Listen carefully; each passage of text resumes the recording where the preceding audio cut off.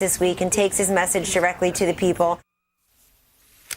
Joining us now, Saagar Enjeti, White House correspondent for the Daily Caller. I should mention, Saagar, that it's likely that our chat is going to be interrupted by some videotape of the president and the Irish Prime Minister.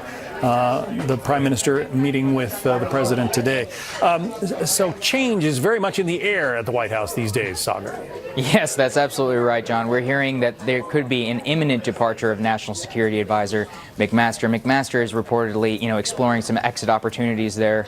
And there's also, the idea here that the president could simply give him a fourth star and a commission outside in the other branches of the U.S. Army. However, we also know that turnover could also be likely over at the VA with the president. He is very unhappy with VA Secretary. And we interrupt for this video moment. The president with the Irish Prime Minister, Leo Varadkar. Let's listen in. I have property there, and I may never get to see it again, but I will tell. Do you play golf? I do play golf, and you play golf, right? I don't, but I'm always willing to learn, so you can take me for a few rounds. Are you going to visit the border, Mr. President, with Northern Ireland? Well, that's an interesting border also. We have two interesting borders. One happens to be where you are, right? It's going to be interesting to see what happens.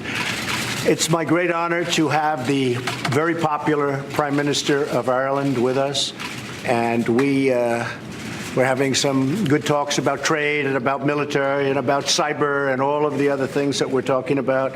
The relationship is outstanding and only getting better, and it really is a very special group of people. A tremendous number of Irish are living in New York, where I grew up, and they're living in the United States, and these are truly wonderful people. We love them. And Mr. Prime Minister, it's great to have you. Thank you. My pleasure. Thanks for the invitation to be here. So I'm going to be in New York on Saturday. Oh, good. Yeah, for Wow. the parade, so marching on Fifth Avenue. That's good. I'd like to do it with you. I don't know. Does it pass Trump Tower? It does. It goes right by Trump Tower. That should be good. I used to watch it all the time. I would watch it all the time. So you'll be there on Saturday? Yeah. Oh, that's so cool. a lot of the American side of my family came through New York. They're all in New Jersey and Florida now. All right. Some of them will right. be at the reception later. That's right. That makes sense. And this is the first time in the Oval Office. I was telling President Trump I was here before as a congressional intern back in 2000, but they didn't let me into the Oval Office on that occasion. But now we do. You've made great progress. Thank you. Thank you for being with us. Yeah, absolutely. Look forward to talking about Any comment on the Russian sanctions, Mr. President? Who was behind this, Mr. President? It looks like it. I spoke with the Prime Minister, and we are in deep discussions, a very sad situation. It certainly looks like the Russians were behind it, something that should never, ever happen, and we're taking it very seriously, as I think are many others. And any more staff changes coming, sir? Well, the story was very false. I mean, they wrote a story about staff changes today that was very false. We made a wonderful change. I think Mike Pompeo is going to be an incredible Secretary of State. We have some wonderful ideas. I've gotten to know a lot of people over the last year. I've been in Washington for a little bit more than a year, where some people have been here for 30, 40 years. I've gotten to know great people. So there'll always be change, but very little. It was a very false story. It was a very exaggerated and false story. But there'll always be change, and I think you want to see change. And I want to also see different ideas. Larry Kudlow just came in a little while ago, and I think Larry is going to be outstanding as economic advisor. So we look forward to it. But we'll talk to you about it later. Thank you very much, everybody. Thank you. Thank you, Mr. President. Thank you, everybody. Have you always been truthful with Prime Minister Trudeau? Thank you very much. Might you come to Ireland next year, Mr. President? It could happen. Yeah, before re-election. That could happen. Well, maybe if that helps. I look forward to being there. It's a great country. I guess I have received a formal invitation. I'd go to the border. Would you reconsider this field to our President? Thanks, guys. Thank you all very much. Thank you. Thank you all. Thank you. Thank you all. Thank you all. Say hello to the people. Thank you all. Say hello. Great people.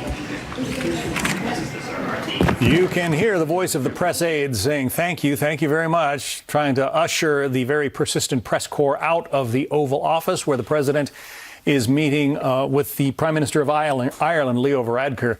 They are going to be spending pretty much the day together. There's a lunch on Capitol Hill thrown by the Irish Speaker of the House, Paul Ryan. He'll be throwing a St. Patrick's Day lunch, and the president will participate in that. Also, other events with the Prime Minister. We will have those throughout the day. Saagar Enjeti is back with us. He's White House correspondent for the Daily Caller. Interesting, you heard the press corps there ask about the new Russia sanctions. The president chose not to address that, but a pretty hard line against Russia taken by the White House this morning.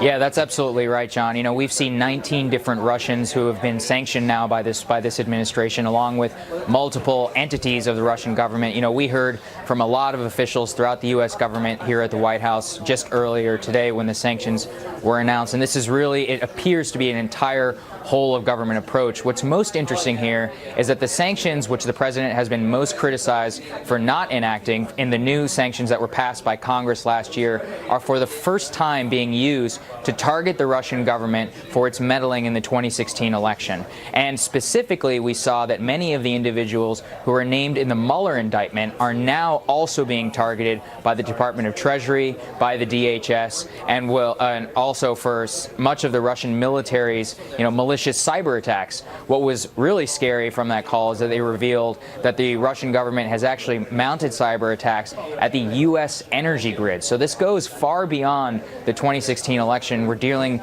with the here and now, and you're hearing, a big response from the White House today. Which makes it all the more interesting that H.R. McMaster, the president's national security advisor, is a guy who maybe doesn't have the full trust and confidence of the White House right now. Yeah, that's right. I mean, we're seeing a major push against Russia in the midst of an imminent staff change, or a likely imminent staff change. But, we should mention that the leading contender here, John Bolton, is no friend of the Russian government. He sparred with them quite a bit at the United Nations, and he's taken a hard line against them, since as long as I have known. So, if there is a change to be had here, it is only going to be harder in the Russian direction. And you're seeing, a very united response. I mean, I'm not sure if you saw the joint statement put out by the U.S., UK, France, and Germany. That's a pretty rare and wholesale condemnation of the Russian government for a very extraordinary chemical attack in the middle of a civilian area in the United Kingdom. Yeah. Something that the North Koreans know something about, too. That's right. After the dispatch of Kim Jong-un's half-brother. Wow, what a day in Washington. Saagar Enjeti from the Daily Caller. Thank you. Thanks for having me, John. Hillary Clinton says the Make America Great Again campaign takes our country backward.